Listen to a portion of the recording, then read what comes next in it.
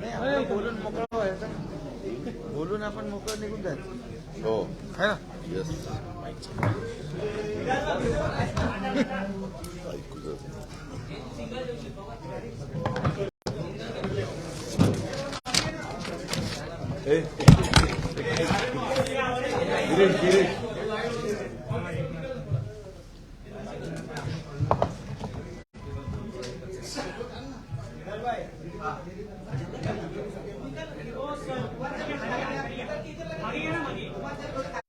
दुसऱ्या बदलावर बघा.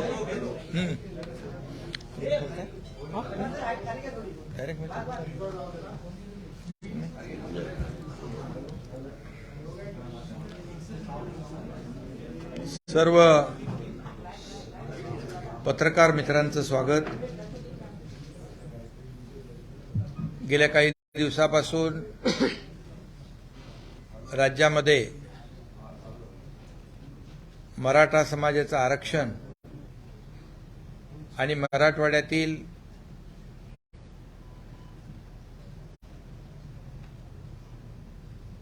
कुणबी समाजाचा दाखला देण्यासंदर्भातलं मनोज जरांगे पाटील यांचं सुरू असलेलं आंदोलन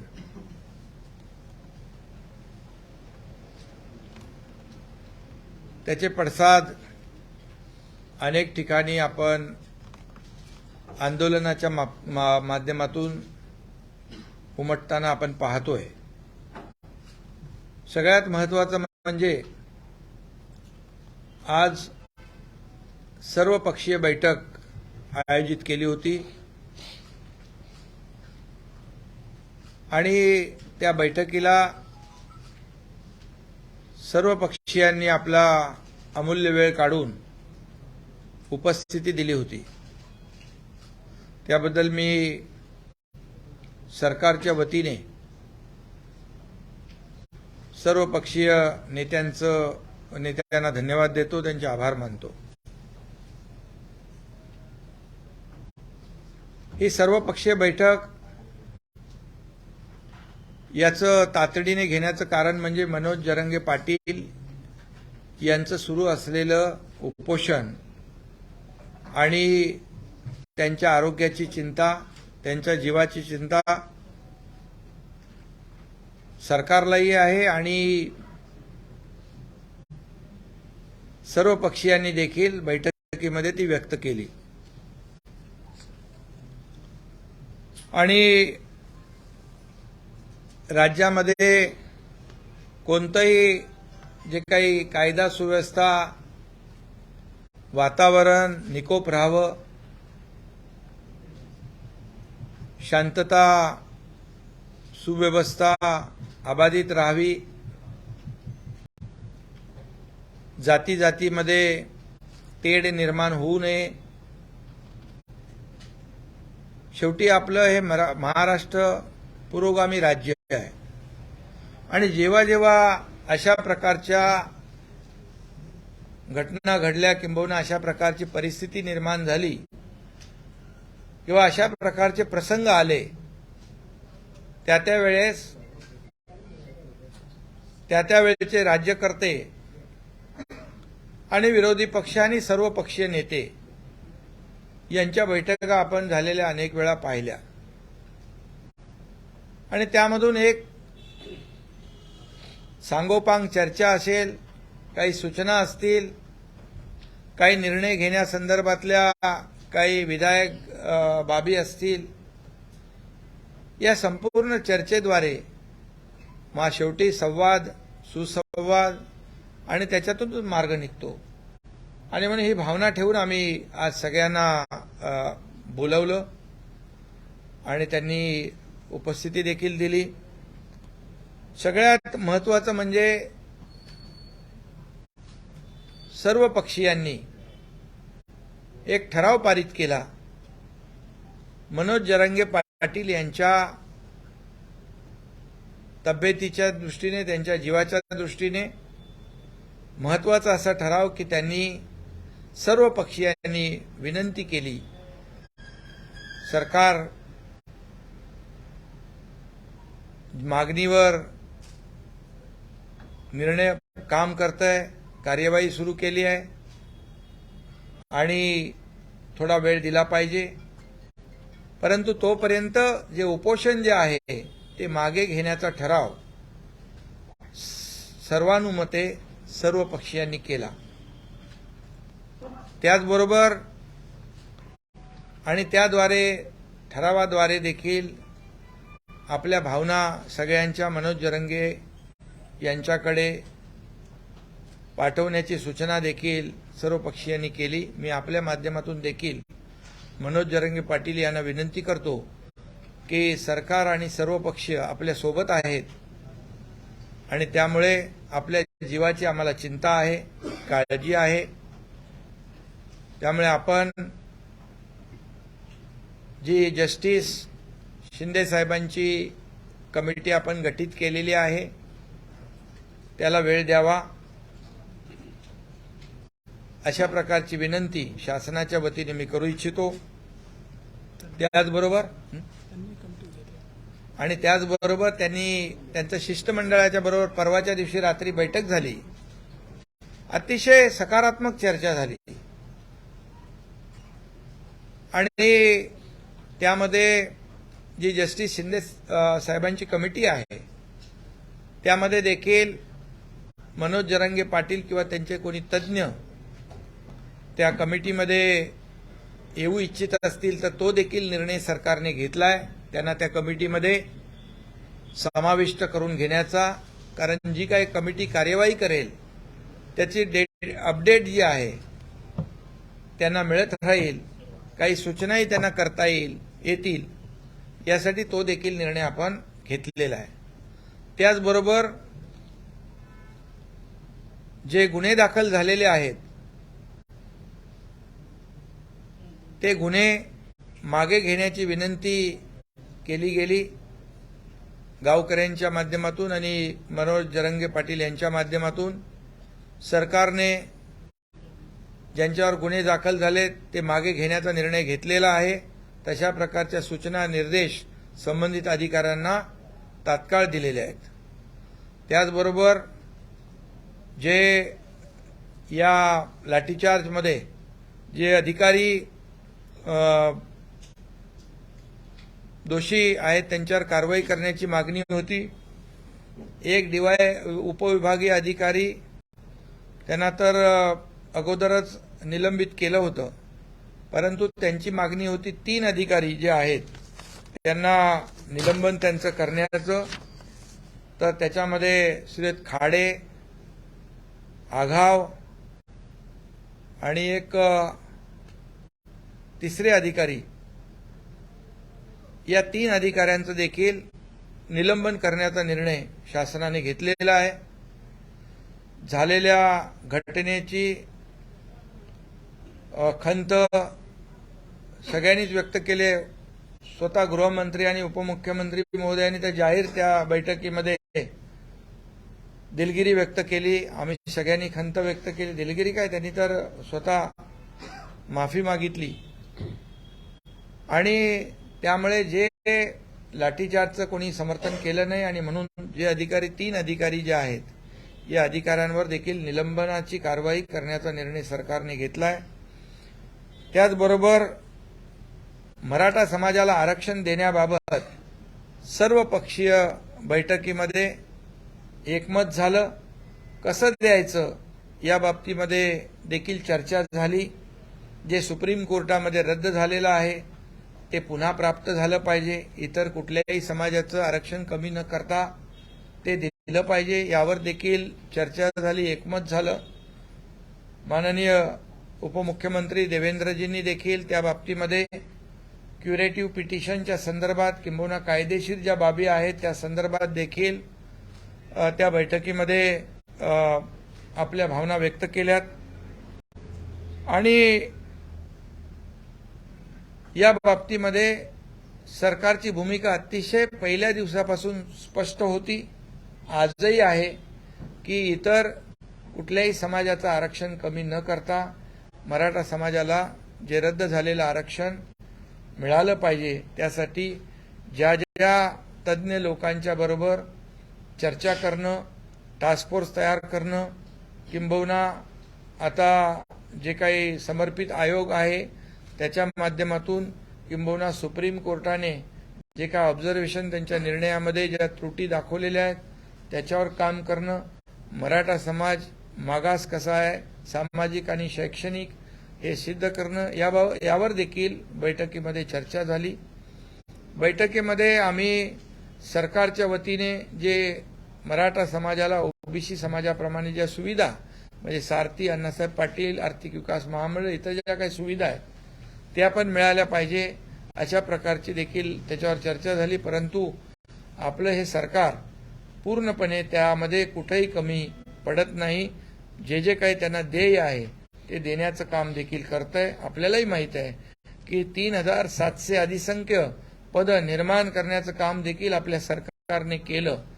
ते अधिसंख्य पद निर्माण करून 3700 जे त्यांना सिलेक्शन झालं होतं परंतु नियुक्त्या मिळाल्या नव्हत्या ते देखील आपल्या सरकारने केलं. त्यामुळे सरकार पूर्णपणे सकारात्मक दृष्टीने मराठा समाजाच्या आरक्षणाकडे पाहत आहे.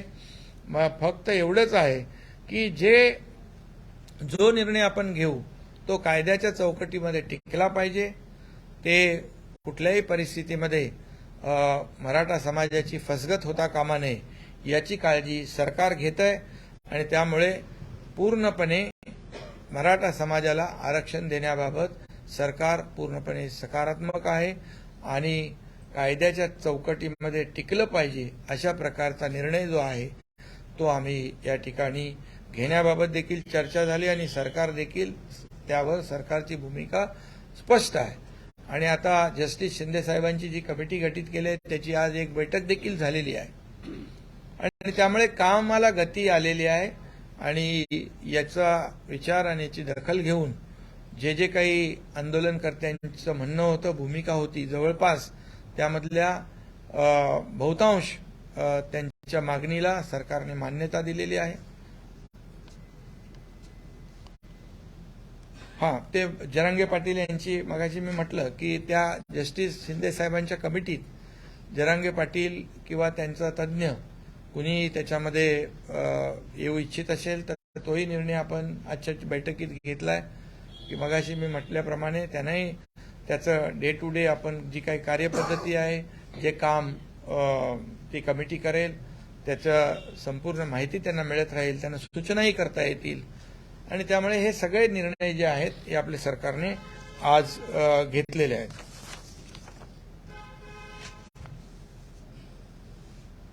जरांगे पाटील आपल्या मागणीवर ठाम राहिले आणि तुमचा जो प्रस्ताव आहे तो टाळला गेला तर पुढची भूमिका सरकारची काय? नाही, आता त्यांना आम्ही सांगितलेलं आहे आणि मला वाटतं नक्की विश्वास आहे कारण तिथल्या गावकऱ्यांच्यावरच्या ज्या केसेस आहेत त्या मागे घेण्याचा आमचा निर्णय झालाय. जे 3 अधिकारी जे आहेत त्यांना निलंबित करण्याचा निर्णय देखील सरकारने घेतलाय आणि त्याचबरोबर त्या कमिटीमध्ये देखील जरांगे पाटील किंवा त्यांचा कोणी प्रतिनिधी तो त्यालाही घेण्याचा निर्णय घेतलाय. त्यावरून पुढे जाऊन आम्हाला चिंता आहे सगळ्यांना मनोज जरांगे पाटील यांच्या तब्येतीची, त्यांच्या जीवाची आणि म्हणून सर्वानुमते एक ठराव देखील केलेला आहे की सर्वांच्या विनंतीला मान देऊन आपण आपलं आंदोलन उपोषण मागे घ्यावं आणि हे जे काही त्यांची मागणी होती ते निर्णय देखील आपण घेतले आणि जी समिती आहे त्याला थोडा वेळ द्यावा आणि त्या समितीचं कामकाज कसं चाललंय या कमिटीत देखील त्यांना घेण्याचा निर्णय झालाय. त्यामुळे मला वाटतं की मनोज जरांगे पाटील हे काही त्यांचं वैयक्तिक त्यांना कुठलं वैयक्तिक स्वतःच्या फायद्यासाठी त्यांनी आंदोलन केलेलं नाही. या मराठा समाजाला न्याय मिळाला पाहिजे म्हणून त्यांनी आंदोलन केलंय आणि त्यांची भावना अतिशय स्वच्छ आहे, स्पष्ट आहे आणि म्हणून सरकारने देखील भूमिका घेतलेली स्पष्ट आहे आणि आम्ही असं कुठलंही थातूरमातूर वेळ काढूपणा करणारं हे सरकार नाही. जे आम्ही करणार ते पूर्णपणे अतिशय टिकणारं आणि कायम अगदी त्याचा निर्णय जो आहे दूरगामी त्याचे परिणाम जे आहेत चांगले झाले पाहिजे अशाच प्रकारचा निर्णय सरकार घेणार आणि म्हणून मला वाटतं ते त्यांचं आंदोलन मागे घेतील असा विश्वास आहे मागे घ्यावं अशी पुन्हा एकदा विनंती आहे. आणि त्याचबरोबर इतर ओबीसी समाज असेल, इतर धनगर समाज असेल, त्यांनी देखील त्यांचं कुठलंही आरक्षण आपण कमी करत नाही. त्यामुळे कुणी काही अपप्रचार करत असतील तर त्याला देखील कुणी बळी पडू नये. काही ठिकाणी ओबीसीचं देखील उपोषण सुरू आहे, तर त्यांनी देखील उपोषण करण्याची आवश्यकताच नाही, कारण आपण अशी कुठलीही मागणी कुणी केली नाही की ओबीसीचं आरक्षण कमी करून मराठा समाजाला द्या.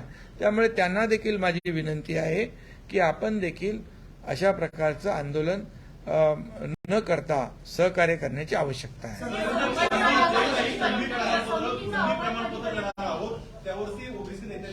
त्यांना 1 महिन्याचा अवधी दिलेला आहे कमिटीला. त्याच्यावर आज पहिली बैठक झालेली आहे आणि त्याच्या स्वतः मनोज जरांगे पाटील यांची इच्छा असेल, त्यांचं शिष्टमंडळातलं कुणी असेल तर त्यांना देखील सरकारने स्पष्टपणे ती भूमिका घेतलेली आहे.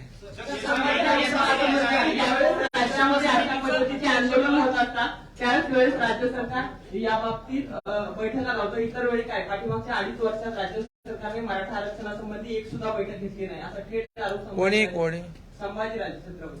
नाही, संभाजीराजांनी देखील खूप चांगल्या सूचना दिल्या. त्यांनी देखील या आरक्षणाच्या संदर्भात पार्श्वभूमी त्या ठिकाणी मांडली. आता याच्यामध्ये कुणी काय केलं कुणी काय केलं नाही याच्यामध्ये आज आम्ही जाऊ इच्छित नाही. आमचा उद्देश एवढाच आहे, मनोज जरांगे पाटील यांचं उपोषण मागे घेतलं पाहिजे. त्यांच्या जीवाची चिंता आम्हाला आहे, त्यांच्या आरोग्याची चिंता आम्हाला आहे आणि मराठा समाजाला आरक्षण मिळालं पाहिजे ही आमची भूमिका आहे. बाकी आज आम्हाला कुठल्याही राजकारणावर भाष्य करायचं नाही.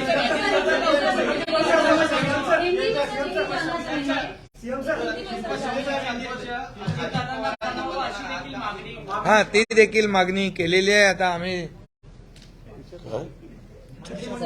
अच्छा विचार करो.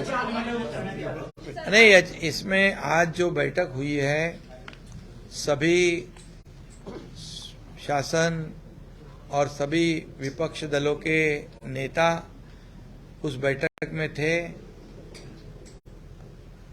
उनको निमंत्रित किया था क्योंकि राज्य में जो आज एक आंदोलन मराठा आरक्षण के लिए हो रहा है, वहां पर मनोज जरांगे पाटिल अनशन में बैठे हैं और इसलिए जो राज्य में जो परिस्थिति निर्माण हुई है, ये कानून व्यवस्था शांतता प्रस्थापित करना ये सरकार का काम है और निश्चित रूप से उसमें विपक्ष दलों का भी सहयोग हम अपेक्षित रखते हैं.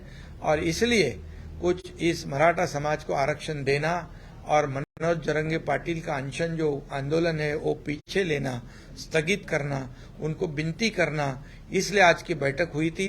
इसमें बहुत ही अच्छी चर्चा हुई और सभी लोगों ने विधायक सुझाव भी दिए कि मराठा समाज को आरक्षण कैसे मिले, उसके लिए क्या करना चाहिए. और मनोज जरांगे पाटिल इनका अनशन जो है वो स्थगित होना चाहिए, इसलिए क्योंकि उनके जान की चिंता सभी को है. और पूरे सभी विपक्ष के पार्टी के सभी नेताओं ने एक ठराव पारित किया कि सरकार तो सकारात्मक है और सरकार उनके मांग पर काम कर रहा है, तो सरकार को थोड़ा समय देना चाहिए और अनशन को स्थगित करना चाहिए. ऐसा एक ठराव पारित सभी लोगों ने मिलकर किया और ये ठराव पारित किया. इसलिए मैं ये भी जरांगे पाटिल को आह्वान करता हूँ, उनको भी निवेदन करता हूँ मैं कि ये सभी जो शासन तो है ही है आपके साथ और सभी पार्टी के दल के नेता भी आपके साथ है और इसलिए जो विनती उन्होंने की है, हम सब लोगों ने की है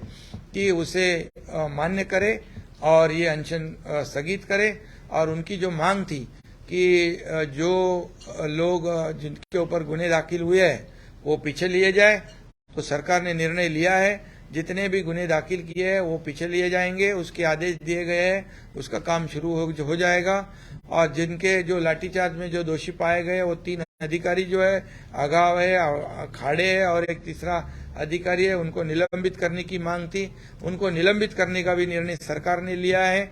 और ये जो जस्टिस शिंदे साहब की कमेटी है उसमें भी अगर मनोज जरांगे पाटिल और किसी उनके तज्ञ लोगों को उसमें शामिल होना है तो उसको भी वो भी निर्णय हमने लिया है, ताकि डे टू डे जो काम की अपडेट है, कार्य पद्धति क्या है, उनको अवगत हो जाएगी और उससे उनमें वो सुझाव भी दे सकते हैं.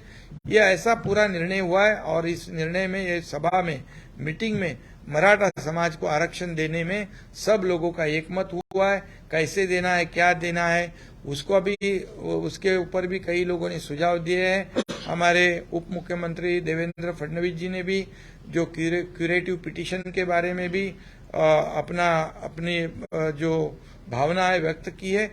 सबका एक ही हल है, इसमें सब लोग एक ही मुद्दे पर कायम है। सरकार की भूमिका स्पष्ट है, मराठा समाज को आरक्षण देना है।